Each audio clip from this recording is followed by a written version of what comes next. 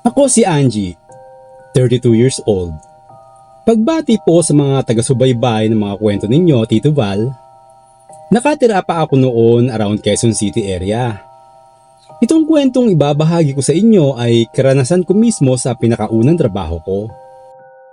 At nangyari ito nang nagtatrabaho pa ako sa isang department store kung saan ako namasukan mula 2014 hanggang 2015 at natanggap bilang sales lady. Sabi ng ibang coworker ko doon na creepy daw ang ilang bahagi ng mga stall sa work namin nang bago pa lang ako noon sa trabaho. Ilang empleyado, supervisors at customers na rin daw ang nakaranas na makaramdam ng mga hindi pa natatahimik at mapagbirong presensya. Nang marinig ko ang kwento tungkol sa mga karanasan nila ay deadman na lang ako. Sabi ko sa sarili ko, pera ang hinahanap ko, hindi multo. Nang una kong maranasan na makaramdam at pagpakitaan ay ilang araw pa lang ako noon na nagtatrabaho. Na-assign ako sa women's clothing plus size section. Yun parang sa hindi sexy, alam nyo na.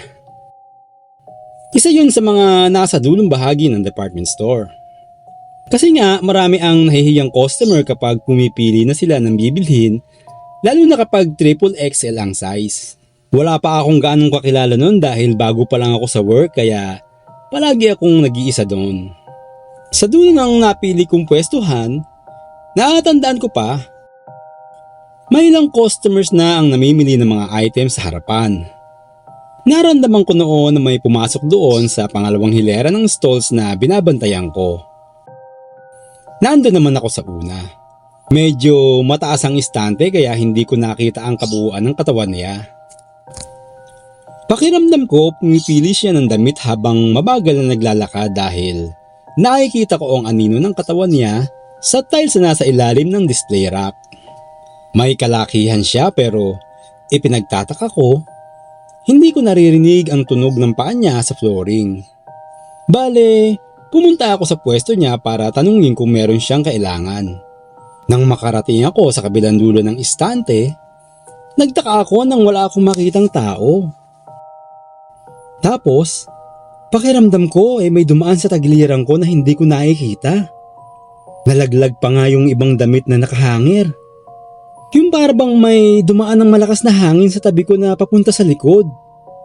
Lumingon ako noon kahit alam kong wala naman ibang tao.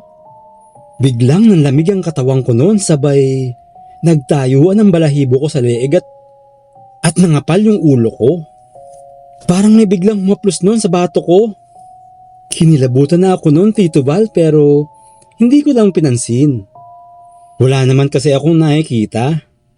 Baka kako hangin lang na galing sa aircon. Hindi rin ako gumawa ng ingay pero doon ako nagulat nang muntik na akong madapa dahil may nasagi ako sa paanan ko. Akala ko nga dahil naninibago lang ako nun sa high heels na suot ko. Halos madapa ako pero mabilis din akong nakahawak sa isang estante. Buti na lang walang ibang nakakita. Nakakahiya kasi. Yung cashier lang namin ang nakapansin sa akin tapos ngumiti lang pero wala naman siyang sinabi. Kinilabutan na ako nun habang iniuunat ko yung sumasakit na tuhod ko. Lilipat na sana ako nun sa ibang items kaso lang ay may naka-assign na iba doon. Minsan naman, habang mini-meeting kami noon ng supervisor namin, bigla ko lang napansin na parang may bumubulong sa tenga ko. Inuulit ito yung sinasabi ng supervisor namin. Napansin ko na medyo maliit yung boses niya. Para bang galing sa isang batang babae.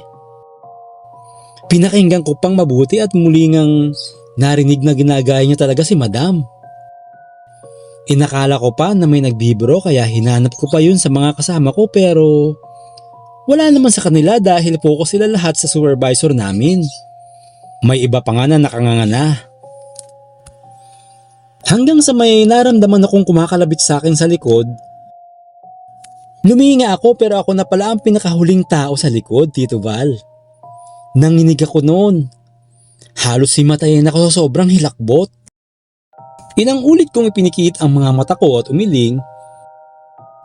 Ano kayang dahilan kung bakit ko nararamdaman yun? Naikwento ko yun sa mga kasama ko sa trabaho. May ilang nagkwento din ng kanilang mga na-experience na kababalaghan. May iba naman na nagsabi na maaari raw na echo lang yung naririnig ko dahil sa lawak ng area namin. Kung totoo yun, sa dami namin, paano naman daw na ako lang ang makakarinig noon? Tito Val, sumunod na sa pagpaparamdam na yun ay nang pumunta ako sa stock room. Hindi ko talaga alam na mas malala ang area na yun. Wala man lang nag-warning sa mga kasama. Sa mga kasama ko na grabe talaga ang pagpaparamdam doon. Sigurado kung hindi lang ako ang nakaranas ng ganun sa lugar na yon. May isang empleyado akong nakitang unang pumasok sa stock room bago ako pumunta doon. Mabilis siyang naglalakad, parang ang hindi sumasayad ang paa sa bilis kaya hindi ko na siya rin namukhaan kung sino yon. Nagtaka ako nang napansin ko na mag-isa na lang ako doon dahil pagpasok ko ay wala na po akong makitang kasama. Kaya itinuloy ko na lang ang paghahanap sa item na kailangan ko. Pero maya-maya lang, narinig kong may nalaglag na kahon sa bandang huling istante. Inintay ko pa na may lumabas doon. Malapit na kasi ang closing kaya di na ako nagmamadaling lumabas. Ilang minuto na ako naghihintay ay walang lumalabas. Aalis na sana ako noon nang bigla akong nakarinig ng sabay-sabay na pagbagsak ng mga kahon ng sapatos. Nagmula yun sa dulo kaya dahan-dahan akong lumapit doon. Dahil baka ako may empleyado na nabagsakan. Padami kasi ng padami ang pagbagsak pero gano'n na lang ang pagkagulat ko noon nang makita kong walang tao sa bahaging yun. Nagtaka ako dahil nakikita ko na tumatama sa dingding yung mga kahon na tila may naghahagis noon. Sa sobra kong takot ay hindi agad ako nakakilos. May isa pang ang kahon na tumilapon pa sa direksyon ko. Kaya bigla na lang ako napahiyaw. Mabuti na lang at hindi ako tinamaan.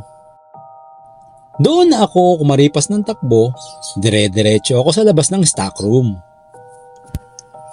Nakita ako ng kasama ko na namumutla at nanginginig kaya tinanong niya ako kung anong nangyari sa akin. Wala pa akong nakaka-close dahil halos kakasimula ko pa lang ng work na ito.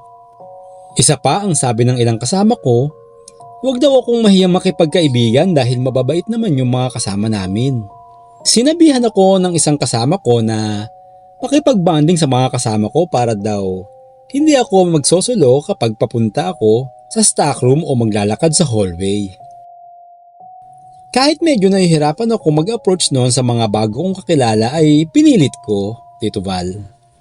Ako din kasi ang mahihirapan dahil wala man lang akong mapagsabihan ng mga nakikita ko at naririnig. Kesa nga naman sa multo ang makipag-bonding sa akin ay sinubukan kong makipagkaibigan sa ilang mga workmate ko. May naging ka-close din akong ilan at kasama ko sila nung nakakaranas din sila ng mga pagpaparamdam. Nung minsang maliit kami mag-time out at napadaan sa isang cashier, may nakita kaming office chair na umusad kahit walang tao. At nakapatay pa ang ilaw sa gawing iyon. Yung nag-i-inventory naman kami at napaaga ako ng dating, madilim pa noon dahil bare months na yon. Habang naglalakad ako papunta sa stock room, napatingin ako noon sa isang escalator na paakyat. Sa dulo noon, nasa bungad yung area namin. Napansin ko kasi na parang may naglalakad doon. May nakita nga ako doon na parang transparent lang. Basta hugis tao yon, Tito Val. Konti lang ang liwanag doon galing sa isang ilaw sa hallway. Kasi nga maaga pa. Kinilabutan ako noon dahil parang ang bilis ng paglalakad niya. Yun bang parang nakasakay lang sa skateboard? Ewan ko ba? Basta imagine niyo na lang yon at pagdating sa dulo ng hallway ay hindi ko na yun nakita. Pero yung mga istante doon ay bigla na lang umuga-uga. Nagulat pa ako noon nang tanungin ako ng supervisor namin kung bakit nag-iisa na lang ako. Samantalang kanina ang dami ko daw kasabay sa escalator. Lumingali nga pa ako noon dahil baka may mga kasama nga ako sa likuran ko pero wala naman talaga. Sinabi niya na may kasabay daw ako kaso bigla raw nagpulasan. Kaya inantay daw niya ako. Sabi ko, "Madam, sure po ba kayo?" Nagkwentuhan na lang kami habang iniintay yung mga kasama namin. May iba na late pa kaya sigurado nga na wala talaga akong kasabay kanina. Buti pagdating doon ay may ilan na ring empleyado ang nandun. Pinayuhan ako ni Madam na umattend ng Bible study kapag Martes para maitaboy daw yung mga entity na lumalapit sa akin. Kasabay noon ang pagkakaroon ko ng mga tropa at nakikipagmarites na rin ako madalas para hindi ko mapansin yung mga nagpaparamdam. Lagi na rin ako naglalakad-lakad sa area ko. Nakakainip din kasi kapag walang masyadong bumibili. Tapos guguluhin ka pa ng mga hindi mo nakikita. Nakatapos ako ng ilang kontrata doon hanggang lumipat kami ng parents ko sa mas malayong bahay. Kaya sa tabi-tabi na lang ulit ako nag-apply kasi kapag doon pa rin ako, talo din naman sa oras at pamasahe kaya hindi na rin muling nasundan yung mga pagpaparamdam pero hindi ko na talaga makakalimutan yung mga nakakilabot na karanasan doon. Sana manahimik na yung mga kaluluwa doon para hindi na rin matakot yung ibang mga nagtatrabaho doon. Hanggang dito na lang ang ating kwento. Sana'y nagustuhan nyo mga ka-mystery. At muli, ito si Tito Val. Paalam.